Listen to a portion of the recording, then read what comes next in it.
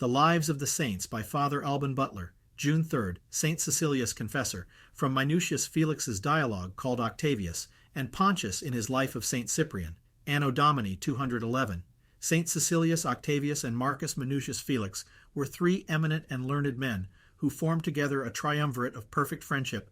Minucius seems by his style and by other circumstances to have been originally an African, though he lived at Rome, and there pleaded at the bar with great reputation for eloquence and probity.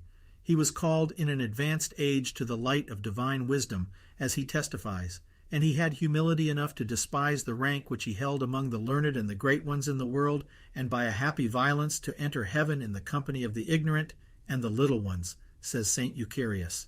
His two friends were also Africans, and all three were joined in a course of the same studies.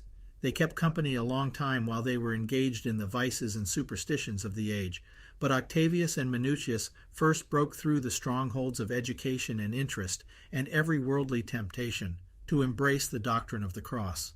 Octavius seems to have had the glory of leading the way, for Minucius says he ran before him as a guide, but like a true friend, he could not be content to be happy without his Minucius, and he gave himself no repose so long as he saw his friend, his other half, remain in darkness and in the shades of death.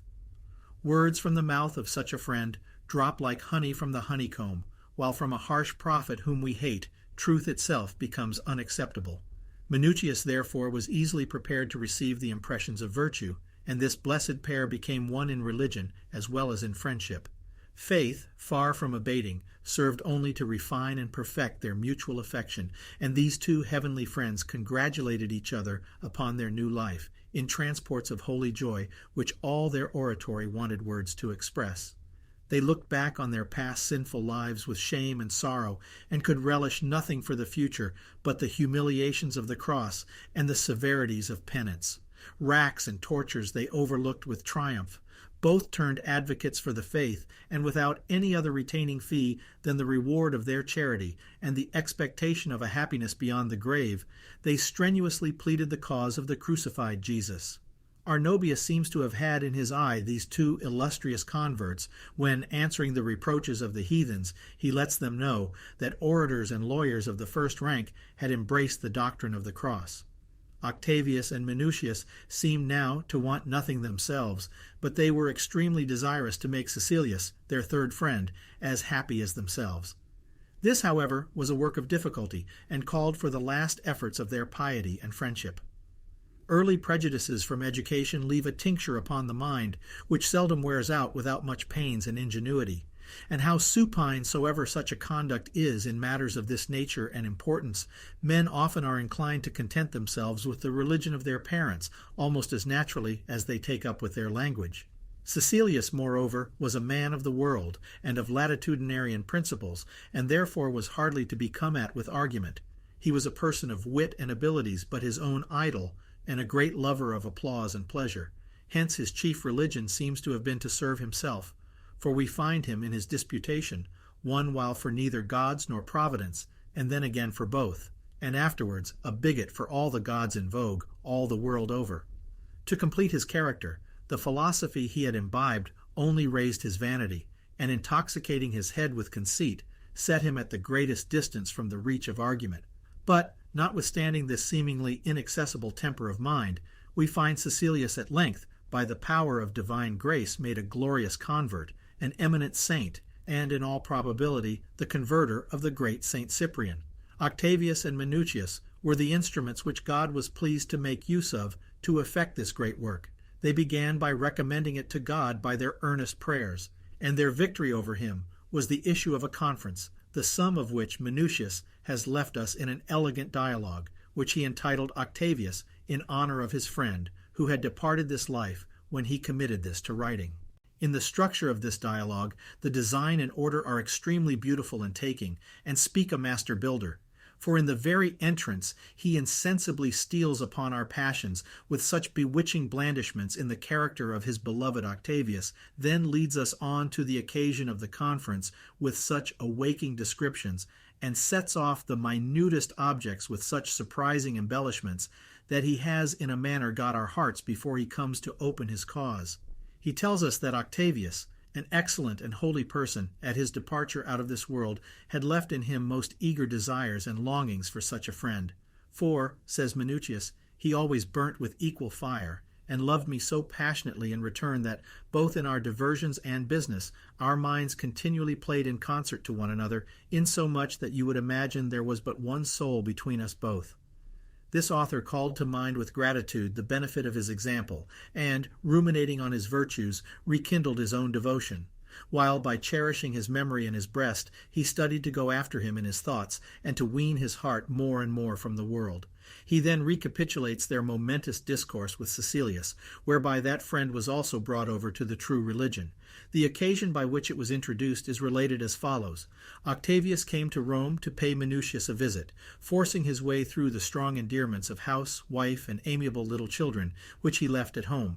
It was in autumn and in vacation time, which gave our orator a relaxation from his business at the bar, and he took the opportunity which that time of leisure afforded him to go to Ostia to bathe in the salt waters of the sea, which he looked upon as a proper remedy for drying up the humours with which he was afflicted. Octavius and Cecilius would needs bear him company. It happened that as they were walking together in the town towards the seashore, early in the morning, Cecilius spied a statue of Serapis, at which he put his hand to his mouth and kissed it. This was an act of adoration among the Greeks and Romans. Octavius hereupon said to Minucius that it was a crime and reproach in them that their friend should still remain involved in the darkness of error and worship stones, which had indeed received a figure and been anointed with oil and crowned by way of consecration, but were still dumb and deaf stones. Cecilius was nettled to hear himself accused of ignorance, and challenged Octavius to hold a dispute upon that subject, telling him sarcastically he would make him know that he never before had to do with a philosopher. The conference was immediately agreed upon, and down they sat upon a pile of stones, thrown up for the shelter of the bath. Minucius was placed in the middle, in quality of arbitrator. Cecilius began the dispute by denying a providence, triumphing with an air of assurance and self-sufficiency, and swaggering with flashes of wit and overbearing eloquence. He objected the poverty and slavery of the Christians, who were everywhere subject to he-idolaters, whose empire was prosperous. He recommended the religion that is uppermost, calling the Christians sad, poor fellows, who choose obstinately to starve, and who suffer on with pleasure, make a jest of racks and torture, are careless of life and fortune, and every worldly comfort, and have not so much as churches wherein to worship their one God, that they are a most contented, pitiful, ragged tribe, skulk about in holes without a word to say for themselves, and only cant in corners about a resurrection and the joys of another world. He spent a deal of his artillery against the resurrection of the body, which was a great stumbling block to the ancient philosophers, as appears from the writings of Athenagoras, Tertullian, Origen, and other apologists of our holy faith. But calumnies were the chief strength of this champion of error. The gospel contains so lovely a system of manners, and advances moral virtue to such noble heights, that it could not but excite esteem and veneration in its greatest adversaries. In order to throw a blind over its amazing beauty, which bespoke its original divine, the devil had recourse to slanders, with which he stirred up his instruments to blacken and misrepresent it. Cecilius thought himself secure behind this false entrenchment, and flattered himself he should thence be able to annoy his adversary. He seemed impatient to come to this battery, and he loudly objected nocturnal assemblies, solemn fasts, inhuman banquets, and crimes perpetrated under the name of religion. I hear, says he, that they adore the head of an ass, the knees of their bishop or priest, and a man who is punished for his crimes, and the cursed wood of the cross. He makes it a subject of ridicule that the Christians should despise present torments for fear of others that are invisible, that they abstain from lawful pleasures, from public shows, pomp, banquets, perfumes, which they reserve for their dead, etc. In answer to these prejudices, Octavius demonstrates a divine providence superintending all human affairs, from the evident marks of order and design in all the works of nature, an argument so obvious and natural, yet so evident and strong, that no subtlety can foil or obscure it. For so admirable is the beauty and contexture which comes out and meets our eye in every part of the universe, that no one can be blind to its author. Should you chance to come into a house, says our Octavius with Tully, and see all the rooms exquisitely furnished and kept in great order, you would make no dispute but such a house is under the care and inspection of a master who is preferable to all the furniture.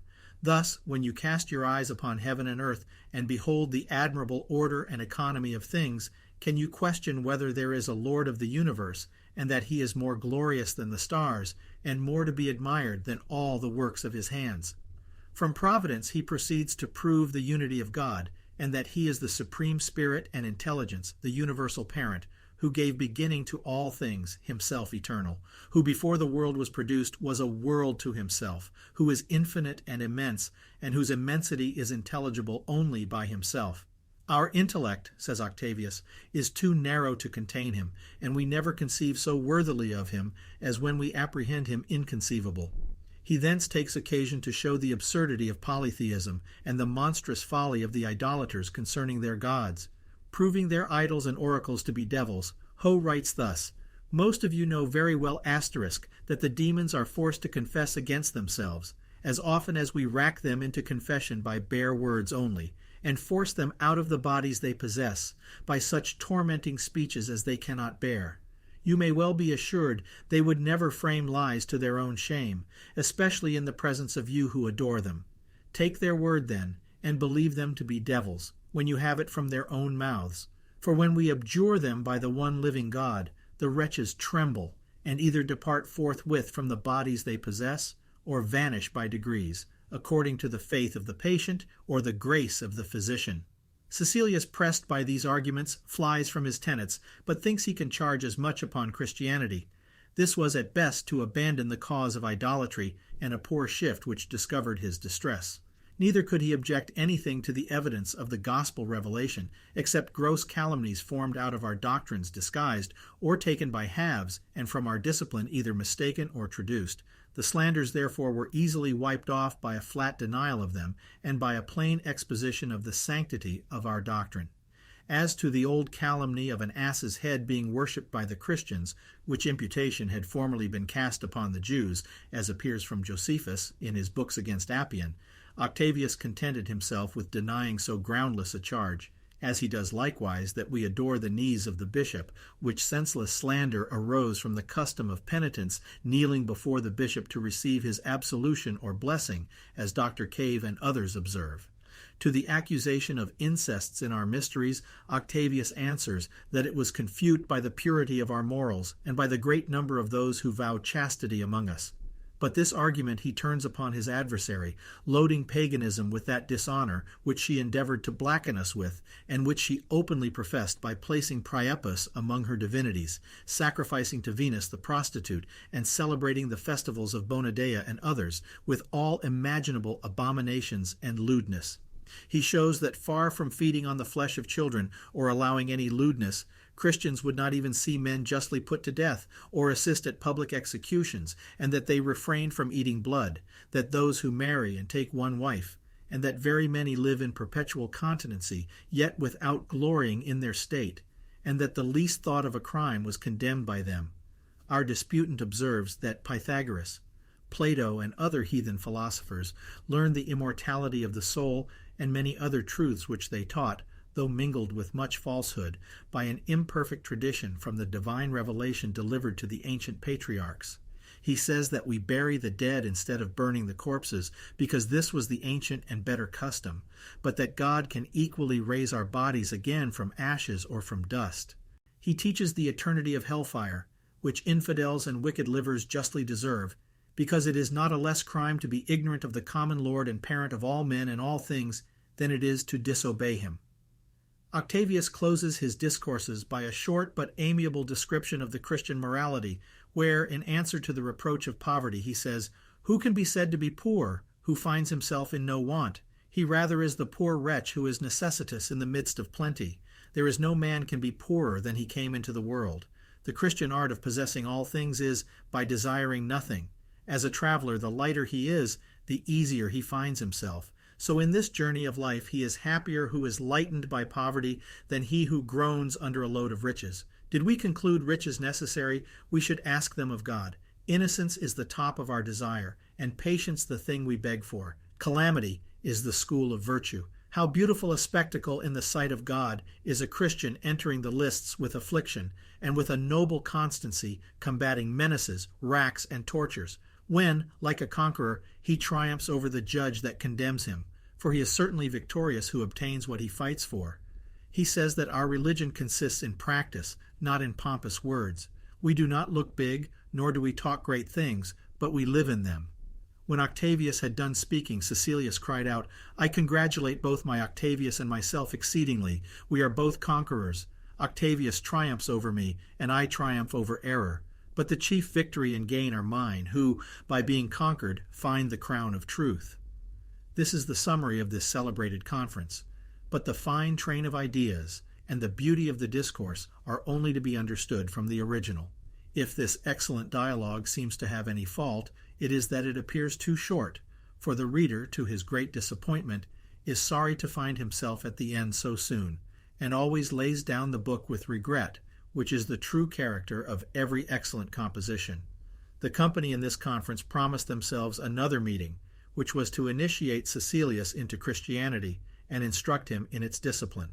From the excellency of this first part, which is chiefly a confutation of paganism, we have great reason to lament the loss of the second conference on so important a subject. Baronius and other historians doubt not, but this was Cecilius the priest, who afterwards converted Saint Cyprian, for they were both Africans of the same age and profession, and Saint Cyprian in his writings borrows many things from this dialogue, which he probably received from Cecilius. Out of veneration for his memory, he took the agnomen of Cecilius, and would be called from him Cecilius Cyprianus. Pontius assures us that the priest Cecilius was a just man, venerable for his age and worthy of eternal memory and praise, adding that Saint Cyprian ever respected him as his own father and paid him all possible honor, deference, and gratitude. Saint Cecilius is named in the Roman Martyrology. It is a great proof of sincere virtue, a great but rare victory over pride, for a learned man to own himself vanquished by truth in a disputation. Pride recoils at opposition, and however the understanding may be convinced, the will usually becomes by it more averse, and more obstinately fixed in error. On this account, he who would bring another over to the truth ought to be careful not to alarm or awake so dangerous an enemy, but to insinuate virtue by such indirect means, that the person may almost seem his own instructor. Our three disputants all vanquished, because they were all armed with docility, charity, and humility, not like those vain combatants in the schools who love opinions, not for the sake of truth, but because they are their own, as St. Augustine complains. In this happy company, though all were conquerors, yet no one prized higher his victory than Cecilius, who overcame both pride and error, according to the maxim of a great man, "Then we vanquish when we are instructed."